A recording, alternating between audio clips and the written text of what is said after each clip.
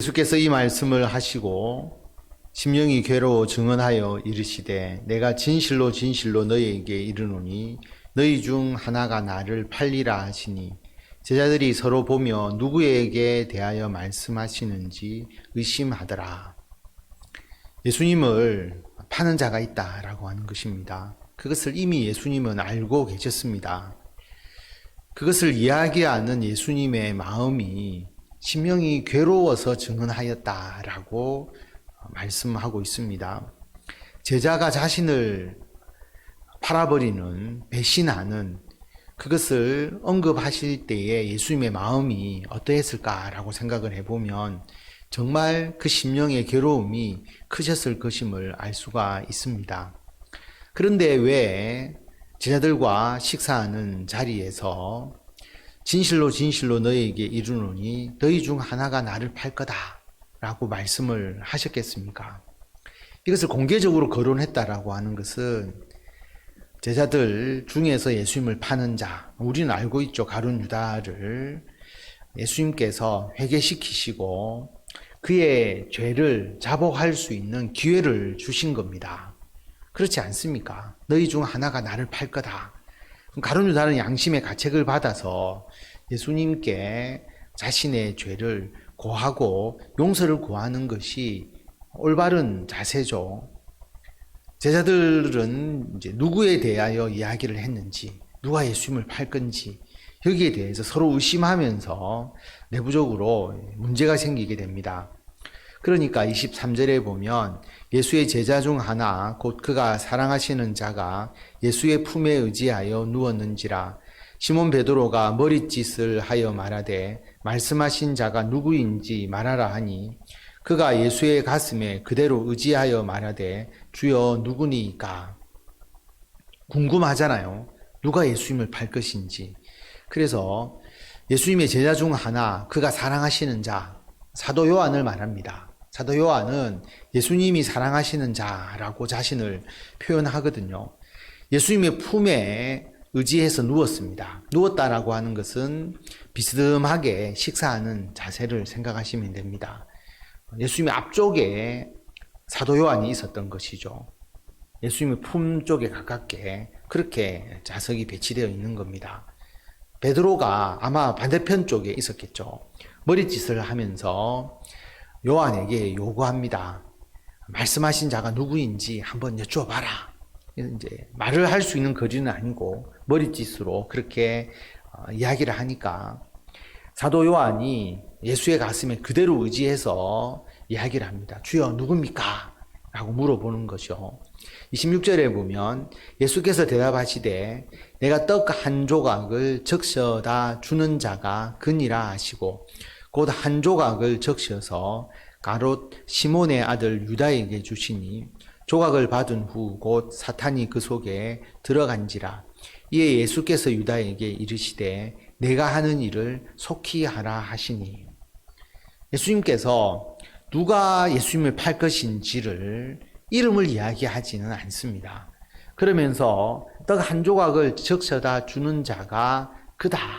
그렇게 하시면서 떡 한 조각을 적셔서 가롯 시몬의 아들 유다에게, 가룟 유다에게 주셨다라고 하는 겁니다. 결국 이 말은 지목한 거나 마찬가지잖아요. 그리고 그 조각을 받은 후 사탄이 그 속에 들어갔다. 이때 비로소 들어갔겠습니까? 이미 예수님을 배신하려고 하는 마음이 들었을 때부터 사탄이 영향력을 받은 것이죠. 우리가 죄를 지을 때 우리들의 죄의 본성을 사탄이 자극해서 죄에 이르게 하잖아요. 그것처럼 가룟 유다가 예수님을 팔려고 했을 때, 그리고 떡 조각을 주시면서 가룟 유다를 지목했을 때 사탄이 그 속에 들어갔고 예수님께서 유다에게 네가 하는 일을 속히 하라라고 그렇게 말씀하십니다. 누가 예수님을 팝니까? 떡 한 조각을 적셔다 주는 자가 바로 그다. 앞에서 이미 예수님께서 그 이야기를 하셨거든요. 16절에 우리가 앞에서 보면 내가 진실로 진실로 너희에게 이르노니 종이 주인보다 크지 못하고 보냄을 받은 자가 보낸 자보다 크지 못하나니 너희가 이것을 알고 행하면 복이 있으리라. 세족식을 하시면서 이 이야기를 하셨죠. 그러면서 내가 너희 모두를 가리켜 말하는 것이 아니니라. 나는 내가 택한 자들이 누구인지 알미라. 그러나 내 떡을 먹는 자가 내게 발꿈치를 들었다 한 성경을 응하게 하려는 것이다. 이것을 이야기할 때 배신하는 것이라고 말씀을 드렸죠.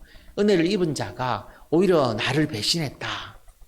이 이야기를 앞에서 언급하셨고, 그리고 떡 한 조각을 적셔서 가룟 유다에게 주신 겁니다. 가룟 유다를 지목하신 거죠. 그렇다면 양심이 살아있다면 너가 나를 파는 것 아니냐라고 가룟 유다에게 직접적으로 말씀하신 것과 같고요. 네가 하는 일을 속히 하라. 나를 팔아라고 하는 것이 아니라 무슨 일을 하려고 하는지를 예수님이 다 알고 계시다라고 하는 것을 가룟 유다에게 말씀하신 겁니다. 그러면 가룟 유다가 주님 앞에 자기의 잘못을 고하고 주님 앞에 그 죄에 대해서 분명하게 용서를 구해야 되는데 가룟 유다는 그러지 않았죠. 오히려 더 적극적으로 죄를 범합니다. 이게 잘못이 된 것이죠. 28절에 보면 이 말씀을 무슨 뜻으로 하셨는지 그 앉은 자 중에 아는 자가 없고 어떤 이들은 유다가 돈괴를 맡았으므로 명절에 우리가 쓸 물건을 사라 하시는지 혹은 가난한 자들에게 무엇을 주라 하시는 줄로 생각하더라. 유다가 그 조각을 받고 곧 나가니 밤이러라. 제자들은 이 말씀을 이해하지 못했습니다. 명절에 쓸 물건을 사는 건지 아니면 가난한 자에게 주라는 건지 전혀 이해하지 못했죠. 가룟 유다가 설마 배신할까? 그것도 생각하지 못했던 것 같습니다. 그런데 유다는 그 떡 조각을 받고 나갔는데 밤이었다. 여러분, 날씨로서 우리가 시간으로서의 밤을 이야기하는 것이 아니겠죠.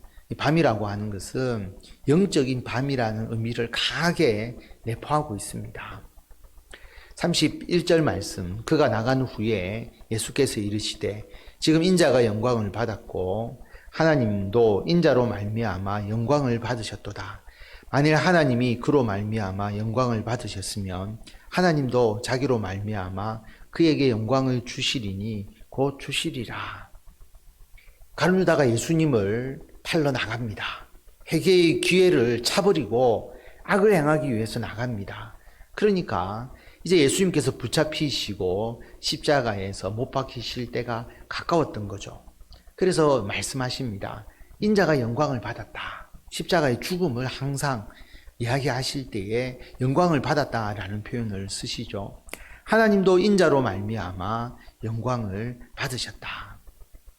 하나님이 예수님 때문에 영광을 받으셨으면 하나님께서 예수님이 이 땅에 오셔서 우리를 구원하시는 그 구원의 역사를 이루게 하셨잖아요. 그래서 하나님의 뜻을 이루셨고 그러므로 예수님을 통해서 하나님도 영광을 받으시고 하나님도 예수님께 영광을 주시는 것이죠. 온 세상을 통치하시고 심판하시고 온 세상을 다스릴 수 있는 권한. 예수님께서 가지고 계신 권한이지만 예수님을 이 땅의 구원자로서 영원한 심판자로서 역할을 하실 수 있도록 예수님을 세워주시는. 그래서 예수님 때문에 하나님도 영광을 받으시고 하나님 때문에 예수님이 영광을 받으시는 상호 삼위일체 되신 하나님이 서로를 영광스럽게 하는 것을 우리가 알 수가 있습니다. 33절 작은 자들아 내가 아직 잠시 너희와 함께 있겠노라. 너희가 나를 찾을 것이나 일찍이 내가 유대인들에게 너희는 내가 가는 곳에 올 수 없다고 말한 것과 같이 지금 너희에게도 이르노라. 이제 잠시 예수님과 제자들이 함께 있습니다. 그러나 예수님은 십자가에서의 죽음을 통해서 이 땅을 떠나시죠. 물론 부활하시고 승천해서 최종적으로 떠나시는 것입니다. 그러나 제자들과의 죽음을 앞두고 있을 때에 승천 이야기보다 예수님의 그 죽음으로 인한 제자들의 슬픔, 그리고 제자들이 걱정하고 두려워하는 그것을 이제 말씀하시는 것이죠. 내가 가는 곳에 너희들이 아직은 오지 못할 것이다. 예수님이 있는 하나님의 나라에 제자들이 지금은 죽어서 가는 것이 아니기 때문에 올 수 없다라고 말하는 것처럼 예수님의 십자가의 죽음을 미리 다시 한번 말씀하고 계십니다. 그러면서 제자들에게 말씀하시죠. 새 계명을 너희에게 주노니 서로 사랑하라. 내가 너희를 사랑한 것 같이 너희도 서로 사랑하라. 너희가 서로 사랑하면 이로써 모든 사람이 너희가 내 제자인 줄 알리라. 떠나시면서 예수님께서 다시 한번 사랑의 계명을 말씀하십니다. 서로 사랑하라. 그런데 내가 너희를 사랑한 것 같이 너희도 서로 사랑하라. 예수님께서 떠나시면서 내가 너희를 사랑한 것처럼 얼마나 예수님께서 제자들을 사랑하셨는지를 알 수가 있습니다. 십자가의 죽음을 앞두고 십자가의 죽음을 이야기하지 않더라도 예수님이 제자들과 함께 살아가시는 이 과정에서 정말로 제자들을 사랑하셨다라고 하는 것이고요. 우리가 이 마지막 만찬 하기 이전에 말씀을 드렸죠. 모든 공생의 활동을 다 중단하시고 제자들을 끝까지 사랑하시면서 마지막에 제자들과 함께 하신 예수님이라고 말씀을 드렸습니다. 내가 너희를 사랑한 것처럼 이 말씀은 우리들에게도 해당이 되는 거죠.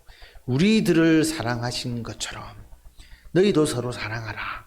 사랑해야 너희가 내 제자인 줄 알 것이다 라고 말씀합니다. 우리가 사랑을 받았으니까 우리도 사랑을 실천하는 것이죠. 36절에 보면 시몬 베드로가 이르되 주여 어디로 가시나이까? 예수께서 대답하시되 내가 가는 곳에 내가 지금은 따라올 수 없으나 후에는 따라오리라. 베드로가 이르되 주여 내가 지금은 어찌하여 따라갈 수 없나이까? 주를 위하여 내 목숨을 버리겠나이다. 예수님께서 내가 가는 곳에 올 수 없다라고 이야기를 하고 잠시 동안만 너희들과 함께 있을 거라고 말씀하시니까 시몬 베드로가 주여 어디로 가십니까? 물어보죠. 예수님께서 내가 가는 곳에 너가 지금 따라올 수 없다. 예수님은 십자가의 죽음을 향해서 나아가시지 않습니까? 그러나 후에는 따라올 거다. 베드로도 순교하고 모든 제자들이 결국은 예수님께로 나아올 것이죠. 그러나 지금은 따라올 수 없다라고 말합니다. 그러니까 베드로가 이것을 100% 다 이해하지 못하죠. 왜 지금은 따라갈 수 없습니까? 나는 주를 위하여 내 목숨을 버리겠다라고 말합니다. 목숨을 바쳐서 주님이 죽으시면 나도 죽겠다라고 하는 의지를 밝히는 것이죠. 근데 여러분 이것은 의지로 될 수가 없잖아요.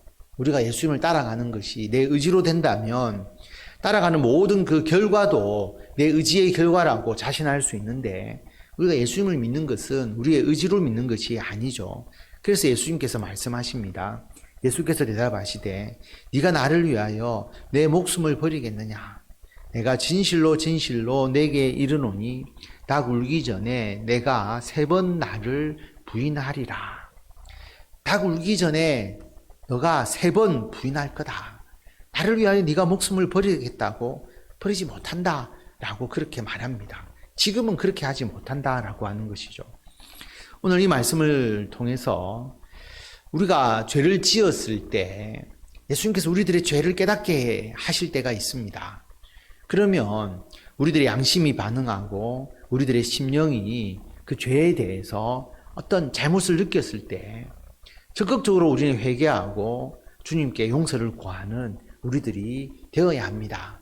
그래야 정말 예수님의 제자이고 예수님을 사랑하고 예수님을 섬기는 자라고 할 수가 있는 것입니다. 그리고 예수님께서 우리들에게 말씀하신 내가 너희를 사랑한 것 같이 서로 사랑하라. 우리가 서로 사랑해야 예수님을 믿는 자인지를 알게 되는 겁니다. 그래서 예수님의 사랑을 우리가 실천할 수 있도록 사실 그 사랑을 우리가 온전히 우리들의 삶 가운데 나타내기가 어려울 정도로 너무나 큰 사랑이잖아요. 그런데 이것도 마찬가지로 우리들의 의지로 하는 것이 아니죠. 베드로가 목숨을 바쳐서 예수님을 따르겠습니다. 우리도 말은 이렇게 할 수 있지만 우리들이 자신할 수 없습니다. 우리들의 힘으로 하는 것이 아니죠. 성령께서 우리와 함께 하시고 예수님께서 우리와 동행하시고 힘을 주셔야만이 사랑할 수 있고 우리들의 이러한 신앙을 끝까지 지키면서 예수님을 따를 수 있는 것이죠. 그래서 자신하기보다는 주님, 우리에게 힘을 주시고 성령께서 함께 하셔서 우리가 이 시험을 이기고 끝까지 믿음을 지키게 하여 주옵소서.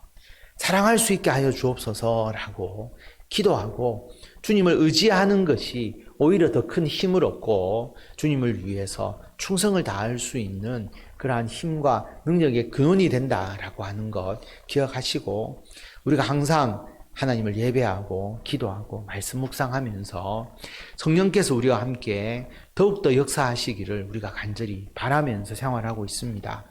이 힘으로 우리가 늘 회개하고 주께 나아가고 서로 사랑하고 끝까지 예수님을 섬기고 예수님을 따르는 제자의 삶을 이루어 가시는 성도 여러분들이 다 되시기를 바랍니다.